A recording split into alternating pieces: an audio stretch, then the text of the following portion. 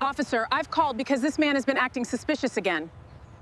Sir, we'd like to ask you a few questions. Of course, officer. I'm happy to answer anything. Do you think Mrs. Parker likes us? I think she just doesn't know us yet. Something about him still doesn't seem right. Come on, let's make this garden the prettiest one on the street. We're still getting settled. I've noticed your family around quite a bit lately. It's always nice to see neighbors introducing themselves. I appreciate that. The peaceful suburban neighborhood of Willow Creek had always prided itself on being quiet. Perfectly trimmed hedges lined every sidewalk. American flags fluttered gently from white-painted porches.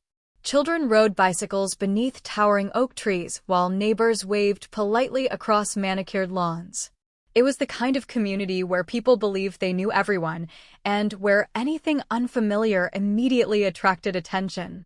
At exactly 8:17 on a bright Saturday morning, that calm was broken by the flashing red and blue lights of two police cruisers turning slowly onto Magnolia Lane. Several front doors opened almost instantly. Curtains shifted. Garage doors paused halfway open. Neighbors stepped onto their driveways with coffee mugs in hand, already guessing where the officers were headed. Everyone knew. Again. The patrol cars stopped in front of a neatly maintained brick house with a navy blue front door. A silver SUV sat quietly in the driveway beside freshly planted flower beds. Standing near the mailbox was Marcus Johnson, 45 years old. Tall, athletic, calm. He wore faded blue jeans, a charcoal sweatshirt, work gloves, and a baseball cap pulled low against the morning sun. A garden hose rested beside him as he watered newly planted hydrangeas with the same patience he seemed to bring to everything he did. He noticed the police cars before they reached the curb. His shoulders never tensed. His breathing never changed. He simply turned off the water and waited. The officers climbed out of their vehicles. Leading them was Officer Daniel Ruiz, a young patrol officer who looked almost embarrassed to be there. Beside him walked Officer Sarah Collins, a veteran with kind eyes who quietly studied the scene before speaking. Marcus greeted them with a polite smile. "Good morning, officers." Officer Ruiz removed his sunglasses. "Morning, sir. I'm sorry to bother you again." Marcus nodded as though he'd expected them. "No problem. How can I help?" Before either officer could answer, a sharp voice echoed from across the street. "I told dispatch he was acting suspicious." Every head turned. Linda Parker marched across her perfectly cut lawn carrying her cell phone like evidence in a courtroom. At 56, Linda was known throughout Willow Creek as the neighborhood's unofficial watchdog. She chaired the homeowners association, organized every community meeting, knew every parking violation, every lawn trimmed 1 inch too high, every visitor who stayed longer than expected. She pointed toward Marcus without hesitation. "He keeps walking around the neighborhood early every morning." Officer Collins glanced toward Marcus. "Were you taking a walk this morning, sir?" Marcus smiled faintly. "I jog every Saturday before breakfast." Linda folded her arms. "And yesterday he was outside taking pictures." Marcus nodded. "Of the oak trees." "I'm helping my daughter with a school science project." Linda wasn't finished. "Last week he had strangers at his house." "My brother and his family came for dinner," Marcus answered calmly. Several neighbors shifted uncomfortably. Some lowered their eyes. Others pretended to check their phones. Everyone had seen this before. Too many times. Officer Ruiz looked down at the notes on his tablet, then back at Marcus. Finally, unable to hold the question any longer, he asked quietly, "Sir, can I ask you something?" "Of course." Ruiz hesitated. "How many times have we been sent to this address?" Marcus didn't answer immediately. Instead, he looked toward Linda, then toward the neighbors silently watching from their driveways. Finally, he smiled with remarkable composure. "This makes 17. The number settled over the street like heavy rain. Officer Collins blinked. 17. Marcus nodded. "In the past 11 months. Neither officer spoke. Officer Ruiz slowly lowered his tablet. He looked around the quiet neighborhood. Fresh flowers. Children laughing 2 houses away. Birds singing from the maple trees. Nothing appeared unusual. Nothing appeared threatening. Officer Collins sighed softly. "I'm sorry, Mr. Johnson." Marcus offered a reassuring smile. I know you're only doing your job. His kindness somehow made the silence even heavier. Across the street, Linda crossed her arms, convinced she had done the right thing once again. She had no idea that the quiet man, standing in gardening gloves before her, wasn't simply another neighbor. She had no idea that, in less than a week, the entire state would know his name. And she certainly had no idea that the man she had called the police on 17 times had just been appointed as the new state attorney, a truth that would change not only her life, but the conscience of an entire neighborhood forever. As the police cruisers slowly pulled away from Magnolia Lane, the flashing lights disappeared around the corner, leaving behind an uncomfortable silence that lingered over the neighborhood. Marcus Johnson stood alone in his driveway for a few moments, watching the street return to normal. Or at least pretending to. Across the road, Linda Parker walked back toward her immaculate white house without looking in his direction. To her, another call had been justified. Another report had been filed. Another day of protecting the neighborhood had been completed. Marcus simply bent down, picked up the garden hose, and continued watering his hydrangeas as though nothing unusual had happened. That was exactly what 12-year-old Maya Johnson saw when she stepped onto the front porch. "Dad?" Marcus looked up and smiled. "Morning, sweetheart." She glanced toward the end of the street where the police cars had disappeared. Were they here because of Mrs. Parker again? Marcus nodded gently. "I'm afraid so." Maya lowered her eyes. "That's not fair." Marcus turned off the water and walked toward his daughter. "No," he said softly. "It isn't." He rested a reassuring hand on her shoulder. "But life isn't always fair. What matters is how we choose to respond." Maya sighed. "I wanted to go tell her to stop." Marcus smiled. "I know you did. But anger rarely changes a person's heart." He opened the front door, and the smell of fresh pancakes drifted through the house. Their home reflected the same quiet simplicity Marcus carried with him every day. Family photographs lined the hallway. A bookshelf overflowed with biographies, legal journals, and novels. On one wall hung a neatly framed military photograph of Marcus's late father, a decorated police officer who had served the city for more than 30 years. Beside it rested another framed quote, handwritten in elegant script. "Character is revealed when no one is watching." Marcus paused before the frame for a brief moment. His father had repeated those words throughout his childhood. Especially after difficult days. Especially after moments of injustice. Breakfast was peaceful. Maya talked excitedly about her upcoming science presentation. Marcus listened carefully, asking questions and laughing at her stories as though the morning's confrontation had never happened. That ability amazed everyone who truly knew him. Few people realized how much discipline it required. After breakfast, Marcus walked into his home office. Unlike the modest appearance of the rest of the house, the office reflected decades of dedication.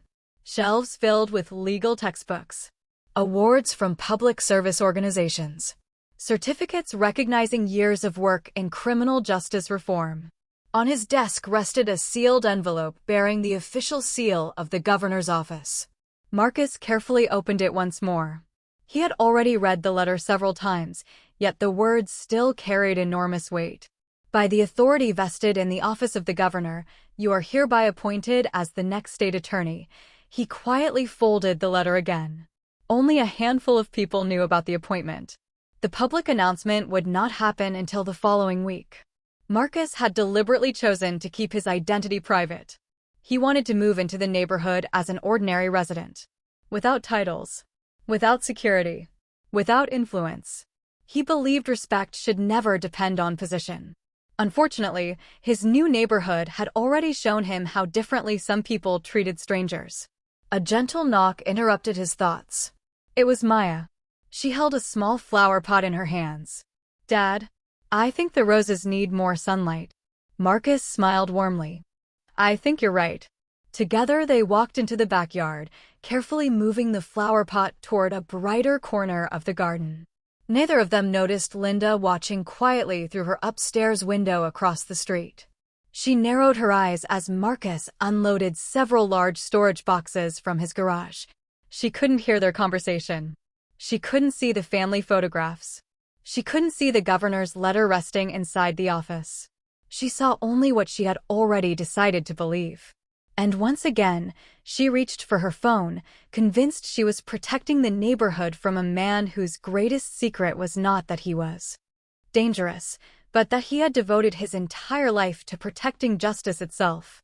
Linda Parker had lived on Magnolia Lane for nearly 28 years. Long enough to remember when every family knew each other's names. Long enough to remember neighborhood barbecues that lasted until sunset and children racing bicycles without their parents worrying where they were. To Linda, Willow Creek wasn't just a neighborhood. It was something she believed she had helped build. Every Saturday morning, she walked the streets before most residents woke up, inspecting flower beds, checking trash bins that had been left out too long, and mentally noting which lawns needed attention. As president of the Homeowners Association, she considered it her responsibility to preserve the community's reputation. Most neighbors appreciated her dedication. Others quietly avoided her. Linda had a habit of noticing everything. Or at least she believed she did. When Marcus Johnson moved into the brick house across the street 11 months earlier, she had watched from behind her curtains as the moving truck unloaded furniture. He arrived with only a few belongings. No luxury vehicles. No moving crew. Just a rented truck, a silver SUV, and a smiling 12-year-old girl who carried boxes almost as large as herself. Linda remembered thinking how unusual it looked. Within days, she had begun making notes.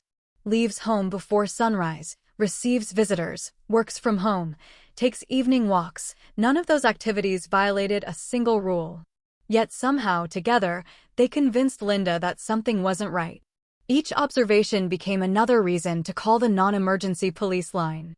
Each visit from the officers reinforced her belief that she was simply being cautious. She never considered how those repeated calls affected the man living across the street.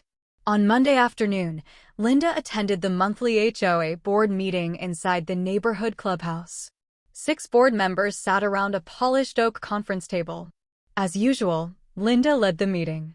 "We've resolved 3 landscaping complaints." She checked another page. "And the playground renovation begins next month."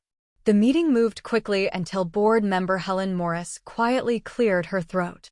"Linda, I wanted to ask about Mr. Johnson." The room became noticeably quieter. Helen continued carefully. "Some residents feel we've been focusing on him a little too much." Linda frowned. "I'm simply looking out for the neighborhood." Another board member shifted uneasily. "But has he actually done anything wrong?" Linda folded her arms. "Sometimes you don't wait until something happens. You prevent it." No one answered. The silence itself revealed disagreement. After the meeting ended, Helen caught up with Linda outside. "I hope you don't mind me saying this." Linda smiled politely. "Go ahead." "I've spoken with Marcus a few times. He's always been respectful.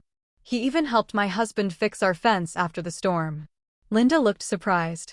"He did?" Helen nodded. "And last month he spent an entire Saturday helping the Wilson family move furniture." Linda hesitated. For the first time, tiny cracks appeared in the certainty she had built over the past year. Still, she quickly dismissed them. "Some people know how to appear trustworthy." Helen sighed. "Or maybe they simply are." Linda didn't respond. Instead, she climbed into her car and drove home. As she turned onto Magnolia Lane, she noticed Marcus kneeling beside his mailbox. He was helping Mrs. Henderson, an 82-year-old widow, replace a broken house number. Marcus smiled as he tightened the final screw. Mrs. Henderson laughed warmly before patting his shoulder. Linda watched from inside her car. She could have accepted what she was seeing. She could have allowed that simple act of kindness to change her opinion. Instead, another thought entered her mind. Why is he always trying so hard to impress everyone? She parked in her driveway, walked inside, looked through the living room window. Marcus waved politely across the street. Linda didn't wave back. She closed the curtains instead. Later that evening, while scrolling through her neighborhood security camera app, she noticed Marcus backing his SUV into the driveway after picking Maya up from school. Nothing appeared unusual. Nothing appeared suspicious. Yet her finger hovered over the phone. She stared at the screen for several long seconds, then quietly opened the police department's non-emergency contact list once again. Across the street, Marcus tucked Maya's backpack over his shoulder, smiling as they walked toward the front door together. He had no idea that the greatest challenge awaiting him wouldn't come from a courtroom or a criminal investigation. It would come from the quiet conviction of a neighbor who had mistaken fear for responsibility and prejudice for protection. Tuesday afternoon arrived with clear blue skies and the kind of warm breeze that made Magnolia Lane feel almost peaceful. School had just ended. Children laughed as bicycles rolled along the sidewalks, sprinklers clicked rhythmically across emerald green lawns, and neighbors chatted while collecting their mail. Marcus Johnson stood in his driveway beside his silver SUV, patiently teaching Maya one of the milestones she had been eagerly awaiting. "Easy on the brake," Marcus said with a reassuring smile. Maya nodded nervously from behind the steering wheel. "I'm trying." "I know." He placed one hand lightly on the open driver's window. Driving isn't about speed. It's about paying attention. The SUV moved forward only a few feet before stopping smoothly. Marcus smiled. "Perfect." Maya laughed. "I barely moved." And that's exactly how everyone starts.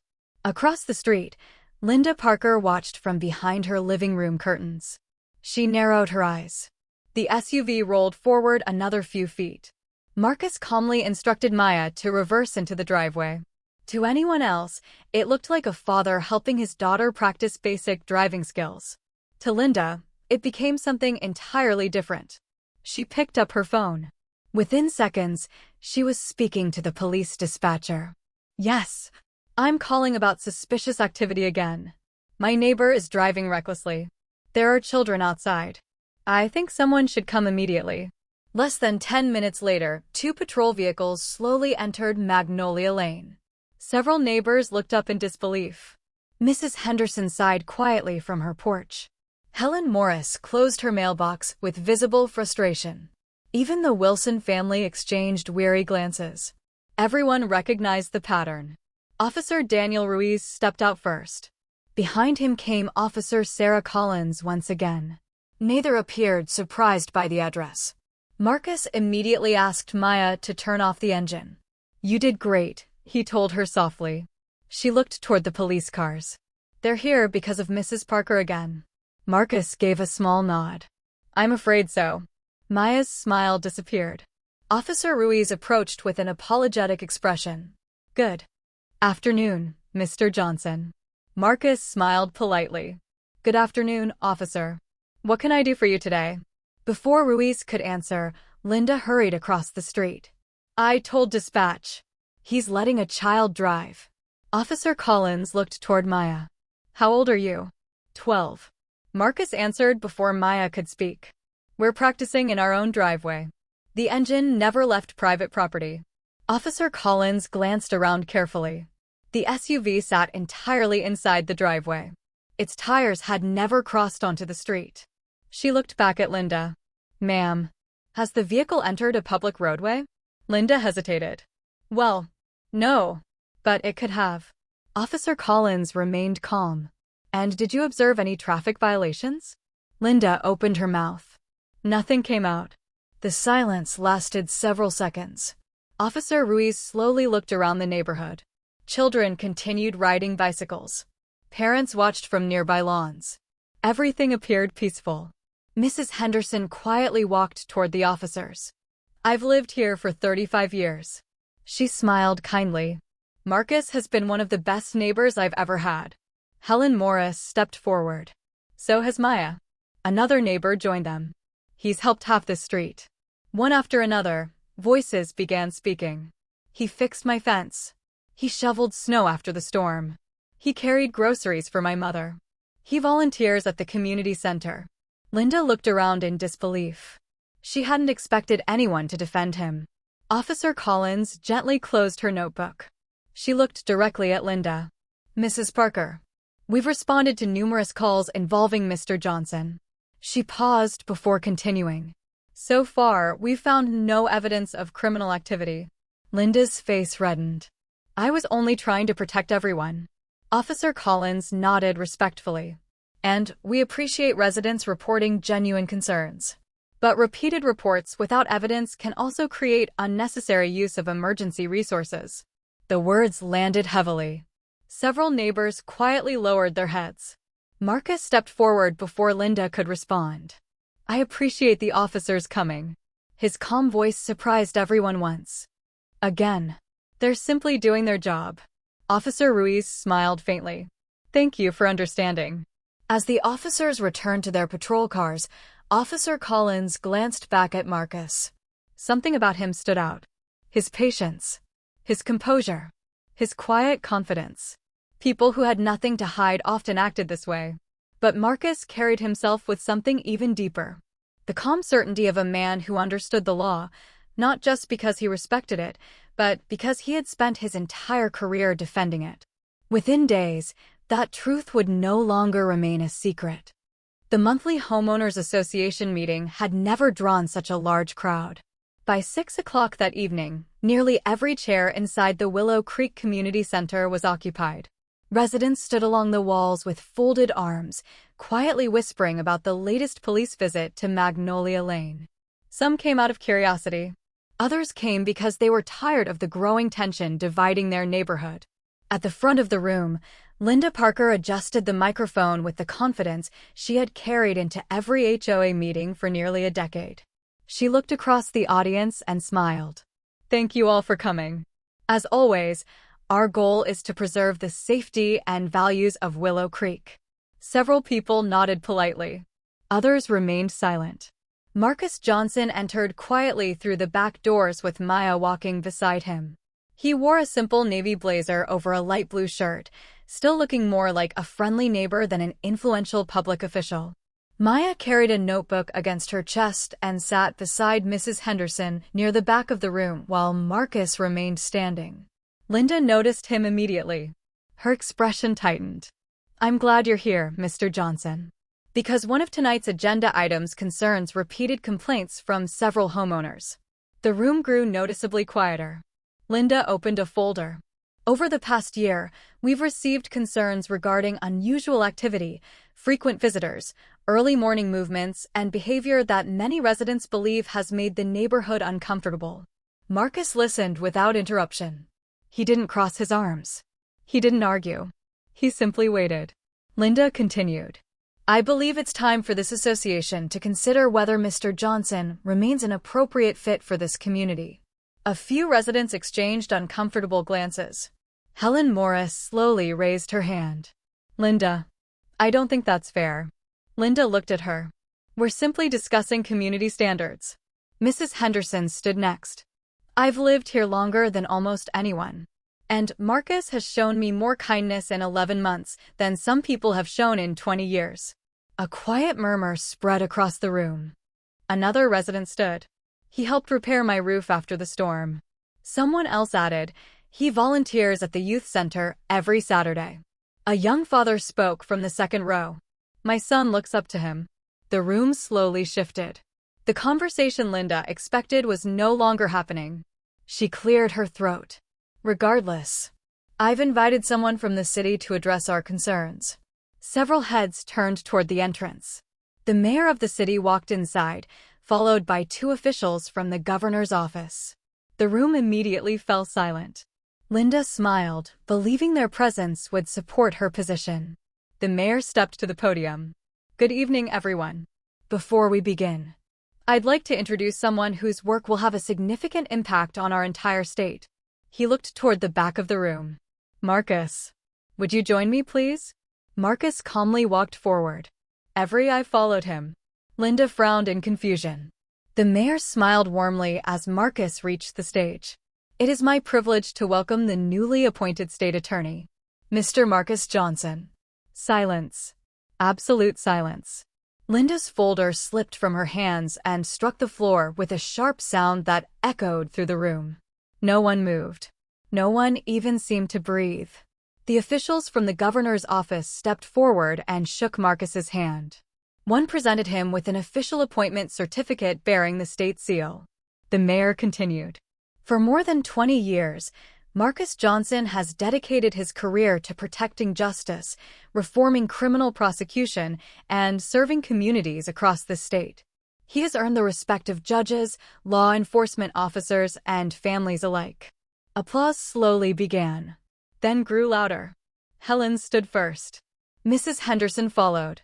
Soon nearly the entire room was on its feet. Everyone except Linda. She remained frozen in her chair, staring at the man she had reported to the police 17 separate times. Marcus accepted the certificate with quiet humility. He thanked the mayor. He thanked the governor's representatives. Then he turned toward the audience. His eyes briefly met Linda's. There was no anger. No satisfaction. Only compassion. In that moment, Linda realized something far more painful than embarrassment. The man she had spent nearly a year trying to remove from the neighborhood had devoted his entire professional life to defending the very justice she claimed to value. And for the first time since Marcus moved to Willow Creek, she questioned not who he was, but who she had become. The applause slowly faded, but the silence that followed carried far more weight. Inside the Willow Creek Community Center, no one seemed eager to sit down. Residents who had arrived expecting another routine HOA meeting now found themselves confronting something far more personal. Marcus Johnson stood quietly at the front of the room, the official appointment certificate resting on the podium beside him. The title of state attorney had finally been revealed. Yet nothing about his posture had changed. He wasn't standing taller. He wasn't smiling with satisfaction. He wasn't looking for vindication. He simply looked like the same neighbor who watered flowers every morning and waved to passing children on Magnolia Lane. The mayor stepped away from the microphone. "Ladies and gentlemen," he said softly, "I believe Mr. Johnson would like to say a few words." Marcus hesitated for a brief moment before walking toward the podium. He looked around the room. At Mrs. Henderson. At Helen Morris. At Officer Daniel Ruiz, who had quietly arrived after receiving an invitation from the mayor. Finally, his eyes settled on Linda Parker. She sat alone in the front row. The confident HOA president everyone knew seemed to have disappeared. Her shoulders were slumped. Her hands rested tightly together in her lap. She couldn't bring herself to look up. Marcus took a slow breath. "When I accepted this appointment," he began, "people congratulated me on achieving a lifelong dream." A gentle smile crossed his face. "But the truth is, my greatest dream was never to become state attorney. It was to raise my daughter in a neighborhood where she felt safe." The room became completely still. Marcus glanced toward Maya. She smiled proudly at her father. "When Maya and I moved here, we weren't looking for a perfect house. We were looking for a community. A place where neighbors smiled at one another. Where children felt welcome. Where people believed the best about each other before believing the worst." Several residents quietly lowered their heads. Marcus continued. "I knew there would be challenges. I've spent my career inside courtrooms. I've seen what fear can do. I've seen what assumptions can destroy." He paused. "But I never imagined those lessons would begin on my own front lawn." No one spoke. Even Linda remained motionless. Marcus folded his hands gently. 17 police visits. He let the number linger. 17 opportunities. For me to become angry. To argue. To fight back. He shook his head. "But every time the officers arrived, I reminded myself of something my father taught me." He looked toward the framed American flag hanging behind the stage. "Character isn't tested when people treat you fairly. It's tested when they don't." Officer Ruiz quietly nodded. He remembered every encounter. Marcus had never once raised his voice. Never once shown disrespect. Never once treated the officers as enemies. Instead, he had thanked them every single time. Marcus looked back toward the audience. "I don't share this story to embarrass anyone. I share it because every neighborhood, every city, every family faces the same choice. We can allow fear to introduce us to one another. Or we can choose curiosity. We can assume. Or we can ask. We can divide ourselves. Or we can become neighbors." A tear rolled down Mrs. Henderson's cheek. Helen reached over and gently squeezed her hand. Marcus smiled warmly. "The law can punish wrongdoing, but it cannot create trust. Only people can do that. He stepped away from the podium. The room remained silent for several long seconds. Then, without anyone prompting them, the entire audience rose to their feet. This applause sounded different. It wasn't celebrating a promotion. It wasn't honoring a public official. It was honoring a man who had answered suspicion with patience and judgment with grace. If this story touched your heart, remember to like, subscribe, and share it with someone who believes kindness is never weakness. Tell us where you're watching from, because every community grows stronger when we choose understanding over assumptions. As the applause continued, Marcus noticed Linda quietly wiping tears from her face. For the first time since he had moved into Willow Creek, she wasn't looking at him as a stranger. She was finally seeing him as her neighbor. The standing ovation continued long after Marcus Johnson stepped away from the podium. For nearly a minute, no one sat down. The applause echoed through the community center, not because Willow Creek had gained a distinguished public official, but because its residents had just witnessed something far rarer. A man who possessed every reason to seek revenge had chosen dignity instead. When the applause finally faded, Mayor David Reynolds returned to the microphone. "I have one final announcement." His voice immediately drew everyone's attention. Following recent events, the city requested an independent review of the repeated police responses to Magnolia Lane. Several residents exchanged confused glances. Mayor Reynolds continued. The review included every non-emergency call made regarding Mr. Marcus Johnson since he moved into Willow Creek. Linda's heart began pounding. She slowly lifted her eyes. A city attorney standing beside the mayor opened a thick folder. There were 17 separate police dispatches. He paused. 17 investigations. 17 officer reports. The room became silent once again. Officer Sarah Collins quietly folded her hands behind her back. She already knew the findings. The attorney continued. Every responding officer reached the same conclusion. No evidence of criminal activity. No violations of state law. No public safety threat. No probable cause for further action. Each sentence landed heavier than the one before it. Linda lowered her head. She could feel dozens of eyes turning toward her. The attorney closed the folder. The investigation also concluded that repeated complaints without factual evidence resulted in a significant misuse of public resources. No one spoke. Mayor Reynolds looked toward Linda with a calm expression. This isn't about punishment. It's about accountability. Charles Bennett, Vice President of the Homeowners Association, slowly stood from his chair. As required by our bylaws, the HOA Executive Board held an emergency vote this afternoon. Linda looked at him in disbelief. Charles continued quietly. Effective immediately. Linda Parker is relieved of her duties as President of the Willow Creek Homeowners Association. A quiet gasp spread through the audience. Linda didn't protest. She didn't argue. She simply nodded. Somewhere deep inside, she already knew the decision was deserved. Charles looked toward Helen Morris. By unanimous vote, Helen has agreed to serve as interim president. The audience applauded gently. Helen smiled politely, but looked more concerned about Linda than excited about the position. Marcus remained silent throughout the entire announcement. He had requested nothing, recommended nothing, demanded nothing. Justice had taken its own course. After the meeting ended, residents slowly gathered around Marcus. One by one, they spoke. Mrs. Henderson hugged him warmly. "I'm so proud to call you my neighbor." Marcus smiled. "The feeling is mutual." A young father stepped forward next. "I left the first time police came. I never said anything. I'm sorry."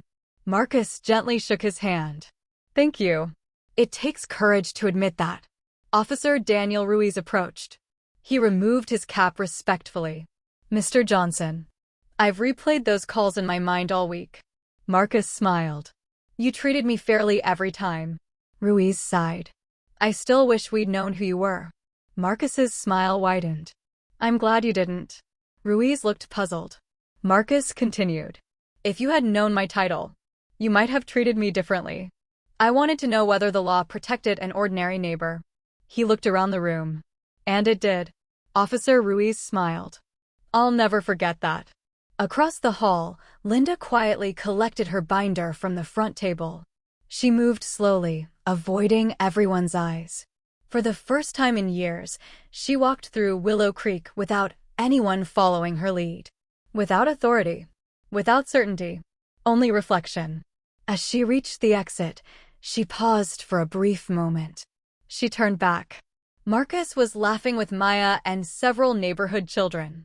Exactly the same gentleman he had been before anyone knew his title. Linda realized something that struck her harder than losing her position.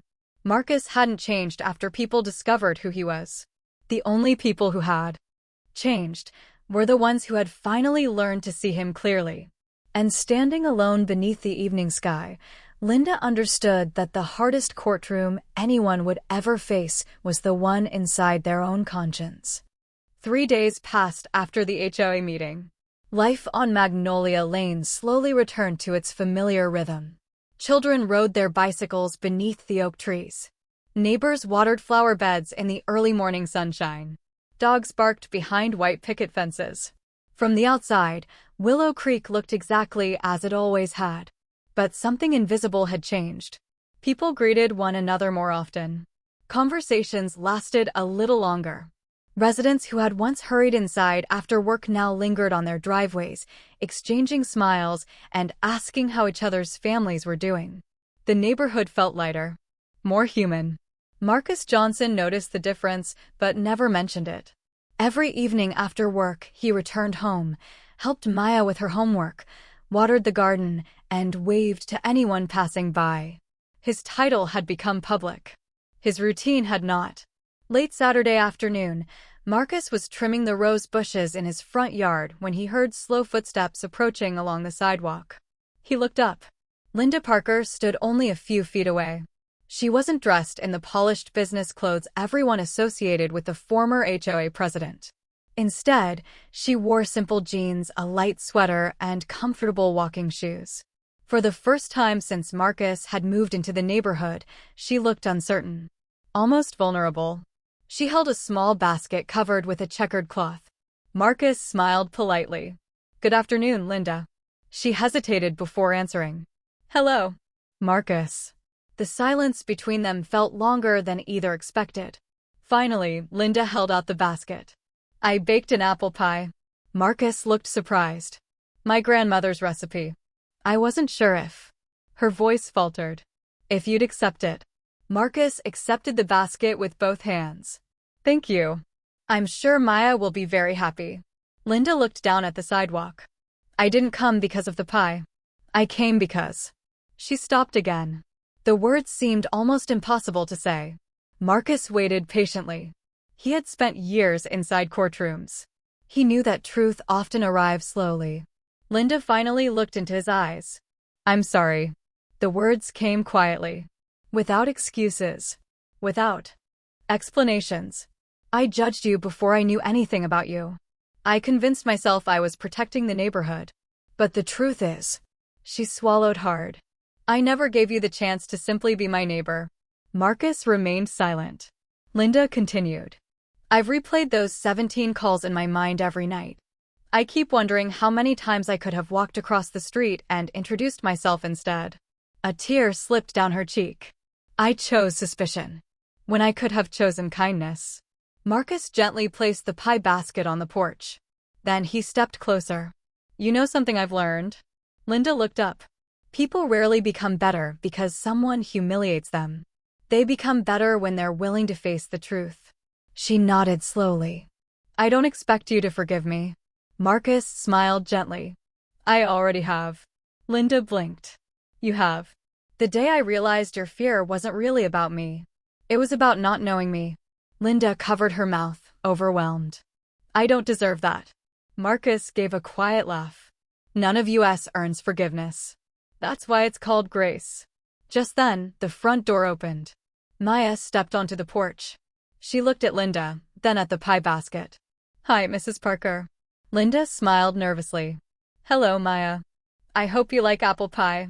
Maya grinned. "My dad says nobody says no to homemade pie." The three of them laughed softly. It wasn't a loud laugh. It wasn't the kind that filled a room. It was something much quieter. Something that sounded like healing. As the evening sun cast long golden shadows across Magnolia Lane, neighbors watched from their porches. No one saw two former opponents standing together. They saw two neighbors having an ordinary conversation. And perhaps, for the first time in a very long while, that ordinary moment felt extraordinary. If this story touched your heart, remember to like, subscribe, and share it with someone who believes that understanding begins with a conversation. Tell us where you're watching from, because every act of kindness has the power to transform an entire community, one neighbor at a time. ****. Autumn arrived quietly in Willow Creek. The towering oak trees that lined Magnolia Lane had traded their deep green leaves for shades of gold, crimson, and amber. Every afternoon, children chased falling leaves across front yards while neighbors gathered on their porches with warm coffee and easy conversations. It was the same neighborhood, the same sidewalks, the same homes. Yet somehow, it had become a completely different place. Marcus Johnson stepped onto his front porch early one Saturday morning carrying a steaming mug of coffee. The cool autumn air carried the scent of fresh cinnamon and burning fireplaces. Across the street, Linda Parker was already outside, planting colorful chrysanthemums beneath her front windows. When she noticed Marcus, she smiled. "Good morning." Marcus smiled back. "Morning, Linda." No hesitation. No awkwardness. Just two neighbors greeting each other. A few moments later, Maya burst through the front door carrying her bicycle helmet. "Dad, the community picnic starts in an hour." Marcus laughed. "I know. I don't think they've ever been this excited about a neighborhood picnic." "They haven't," Maya replied.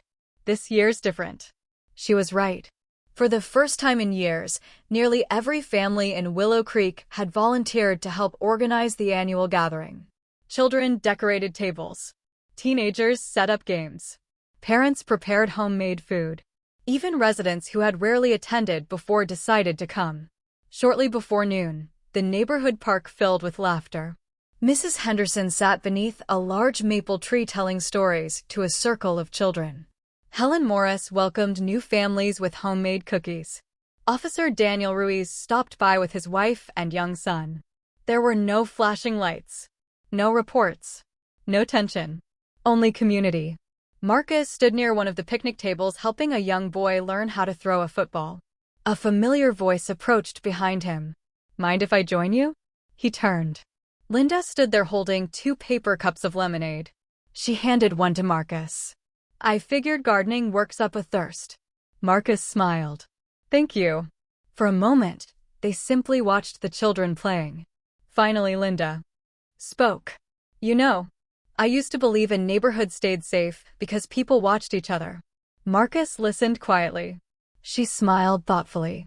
"Now I think it stays safe because people know each other." Marcus nodded. "I couldn't agree more." Linda looked toward Maya laughing with several neighborhood children. "I'm grateful you never gave up on this place." Marcus glanced around the park. "I never gave up on the people. Sometimes people simply need time to become the neighbors they're capable of being." Those words stayed with Linda long after the conversation ended. Later that afternoon, Mayor David Reynolds stepped onto the small wooden stage set up near the center of the park. He smiled at the crowd. "I have one final announcement." The neighborhood grew quiet. In recognition of his service to this community, and for reminding us what leadership truly looks like, the City Council has unanimously approved naming Marcus Johnson this year's Community Citizen of the Year. Applause filled the park. Marcus looked genuinely surprised. He slowly walked to the stage as Maya clapped harder than anyone else. Accepting the small crystal plaque, Marcus smiled modestly. "I appreciate this honor, but I'd like to share it." He looked across the crowd. A community isn't changed by one person. It's changed every time someone chooses understanding over assumptions, kindness over fear, and conversation over judgment. The applause grew even louder. As the sun began to set, families packed up picnic blankets and folded lawn chairs. Children waved goodbye until the next weekend. Marcus and Maya walked home together beneath a sky painted with orange and violet light. Across the street, Linda stood on her porch and waved. Marcus waved back. No words were necessary. The quiet between them said everything. Sometimes justice isn't found in a courtroom. Sometimes it begins with a simple apology, grows through forgiveness, and ends with neighbors finally seeing one another, not through fear or assumptions, but through compassion. And as darkness settled gently over Magnolia Lane, Willow Creek became more than a neighborhood. It became a place where every front door opened with trust, every handshake carried respect, and every new beginning started with one simple choice: to see the person before the assumption. The end.